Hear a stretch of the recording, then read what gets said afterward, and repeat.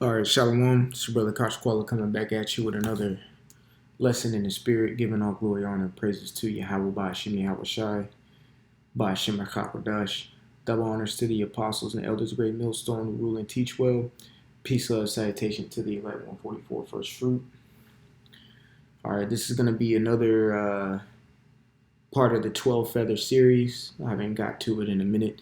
So we did the first. I have a playlist on my channel named 12 Feather Series. You're going to see the first two lessons on there. The first lesson was the third Survival War. So it's labeled 12 Feather Wings Series Introduction, third Survival War.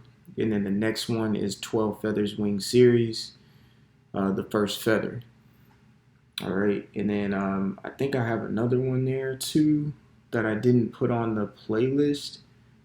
And that was going into the second triumvirate, which I might just go ahead and add to the playlist now. And you should see it on there.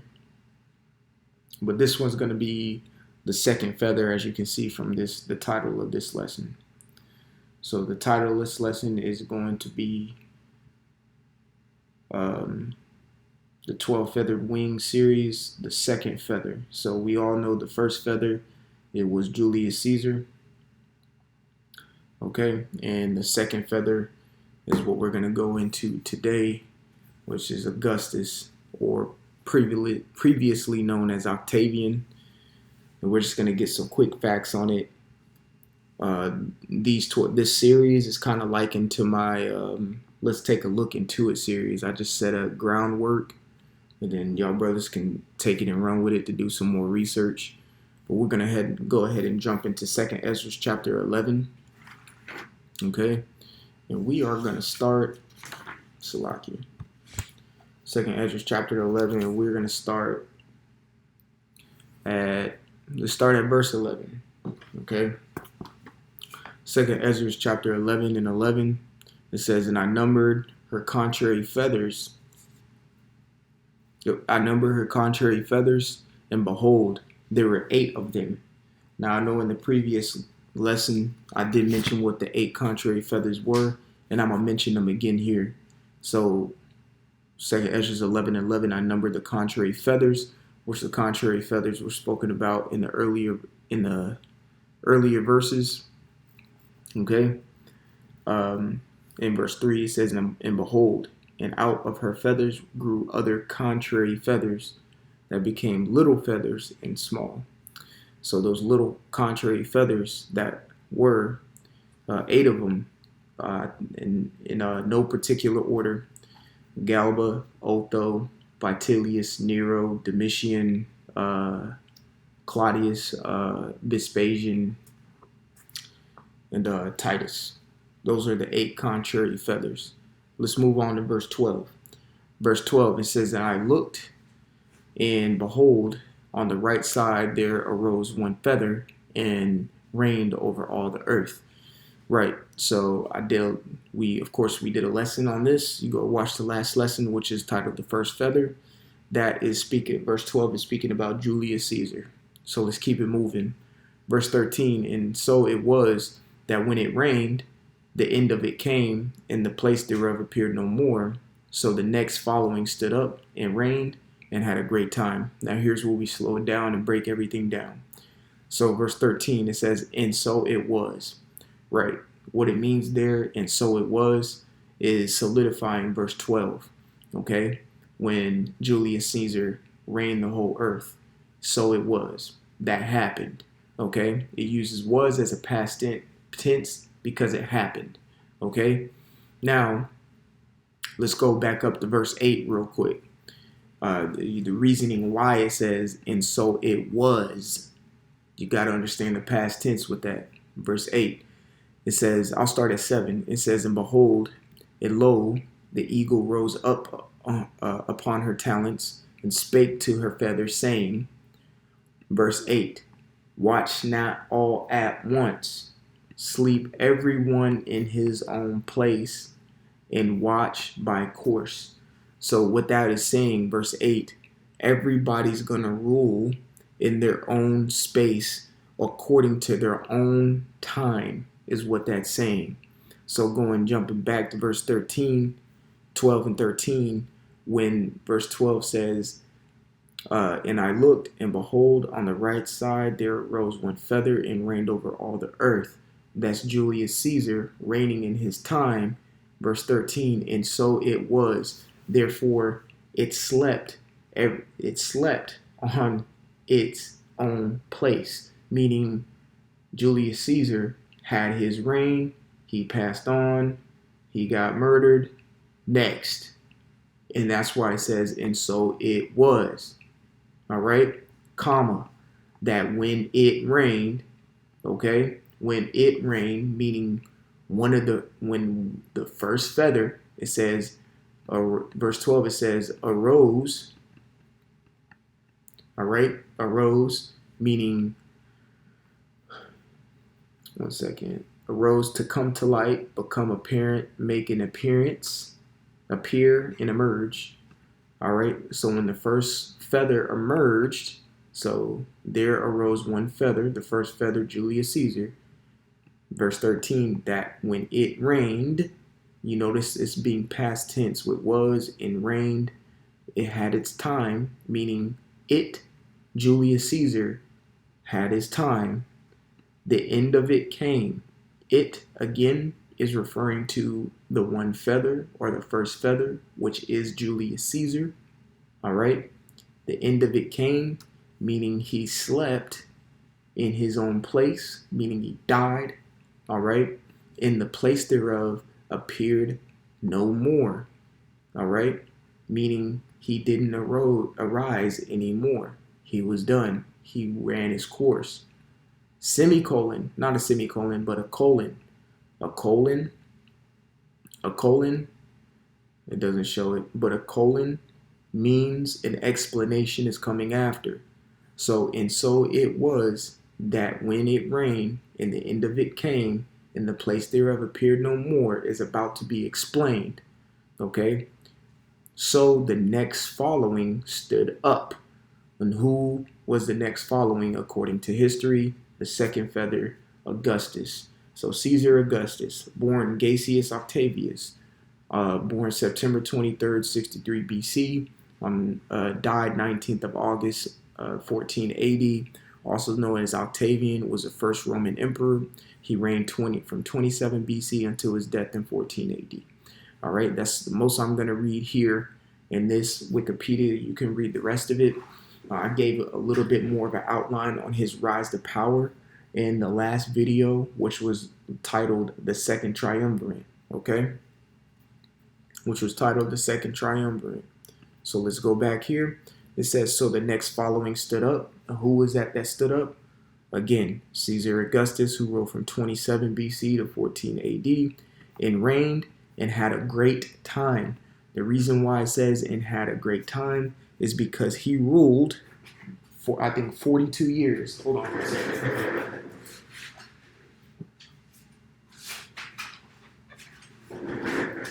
Oh, Salakia. No, he ruled 40 years, 7 months, and 3 days. Is how long he ruled. Just to be exact. He ruled 40 years, 7 months, and 3 days. All right, and that's a great time. Who else ruled for 40 years? King Solomon did. He ruled for a great time, and he ruled greatly. All right. Same thing. Well, I'm not going to say the same thing, but in a sense, Augustus ruled for a great time, and he was the first emperor of Rome. So he was the first emperor of Rome, meaning the first one to rule the Roman Empire, because after Julius, the Republic was done away with. And of course, again, go to the last 12 Feather series lesson of the Second Triumvirate. The Second Triumvirate did away with the Republic and made it an empire. I'm not going to reiterate that. Y'all can go watch the lesson. Okay? Verse 14, it says, and it happened. Here we go using past tense again. And it happened. It in Augustus happened. That when it, Augustus, reigned, in the end of it, Augustus came also. like as the first Julius Caesar, so it appeared no more. So I'm going to read this for edification purposes using Augustus's name so you understand what verse 14 is talking about. And Augustus happened that when Augustus reigned, the end of Augustus came also, like as the first Julius Caesar, so that Augustus appeared no more. That's what verse 14 is saying. He had his time, he reigned, he went away. Verse 8 is a prominent verse that you have to comprehend and understand to understand the rest of this chapter and how these Caesars came and went. Okay? So before I go to the next verse, a little backstory on Augustus Caesar. All right, of course, he was born in 63 BC. He was actually the grandnephew of Julius Caesar. So Julius Caesar was his great uncle. So, they kept it in the family. Keep that in mind when I get to the Flavian dynasty. Keep that in mind. Keeping it in the family. Okay? It says he gained the title of Augustus in 27 BC when the Senate granted him additional honors. So that's a high status. So Augustus pretty much destroyed the thought of the Roman Republic when he was in the Second Triumvirate. And then he also, of course, he fought alongside Julius Caesar in Hispania, because if you watch the Julius Caesar lesson I did, Julius had to flee Rome because there was a civil war going on that killed his father and things of that nature. So he just joined the military and he had a campaign over in Spain to where, he fought, he got experience, and then he came back.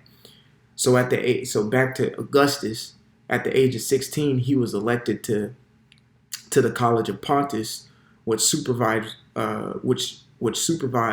religious worship. So he was following the footsteps of Julius Caesar. Okay? All right? He was just following the footsteps of Julius Caesar. And remember, Julius Caesar, he had a high honor. He ended up, I think, getting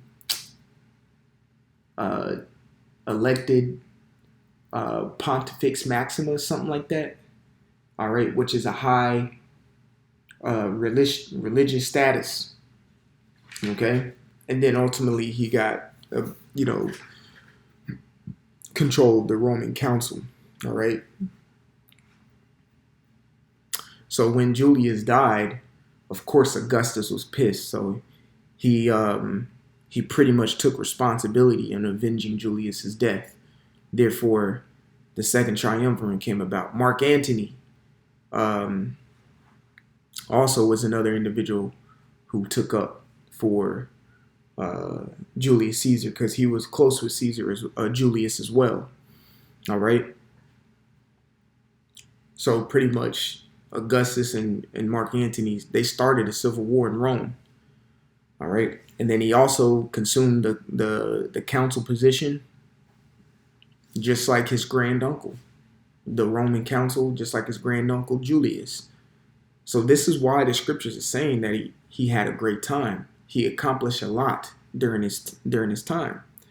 All right. He accomplished a lot during his time.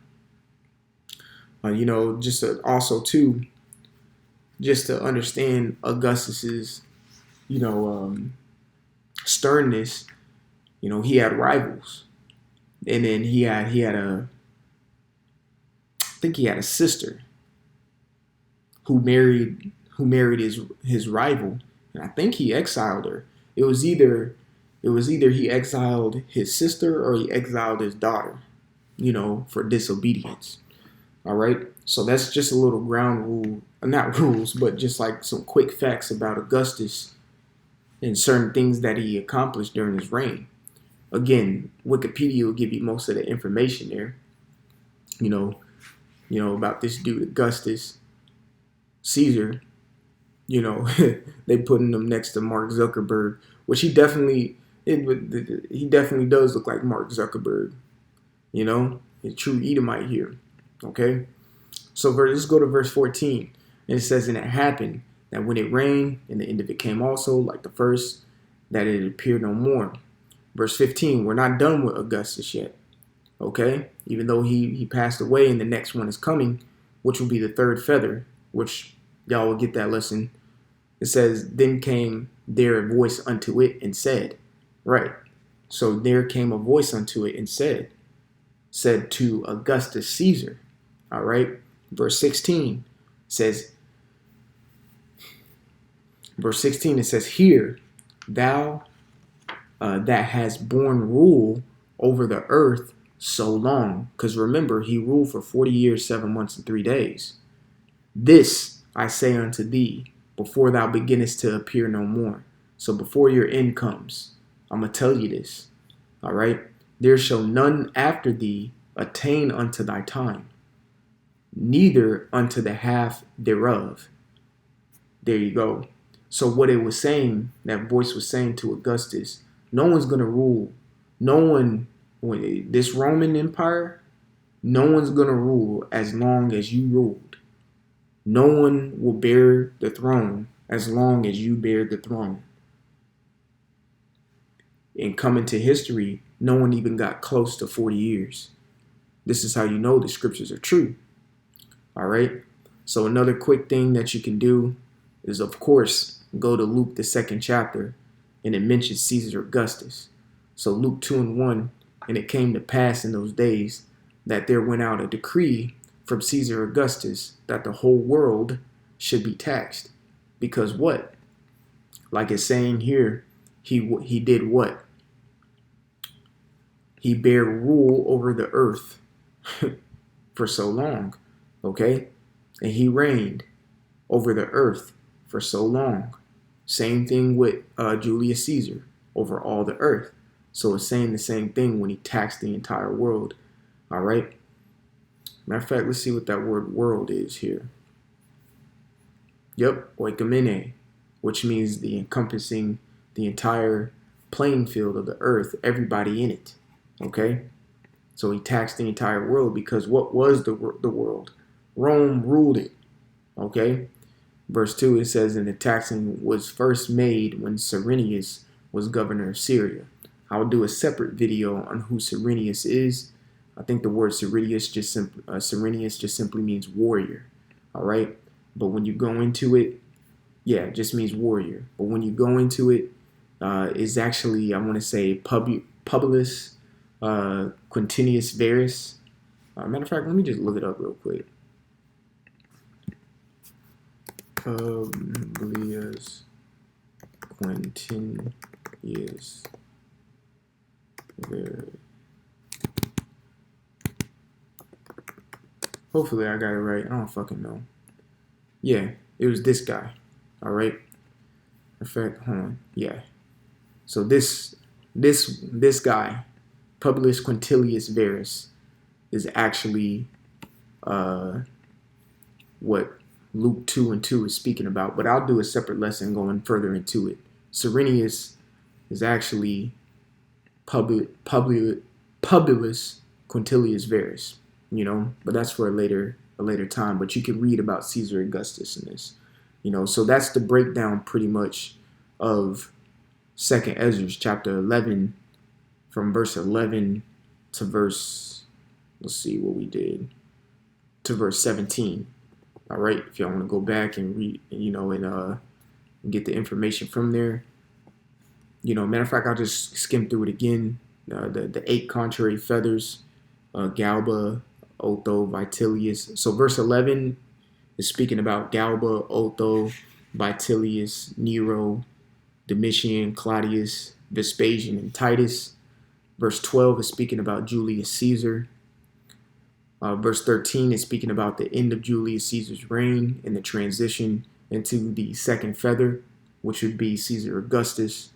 Verse 14 is speaking about the reign and the end of Augustus Caesar. Verse 15 and 16 is talking about Caesar Augustus's reign, how long it was. Okay. And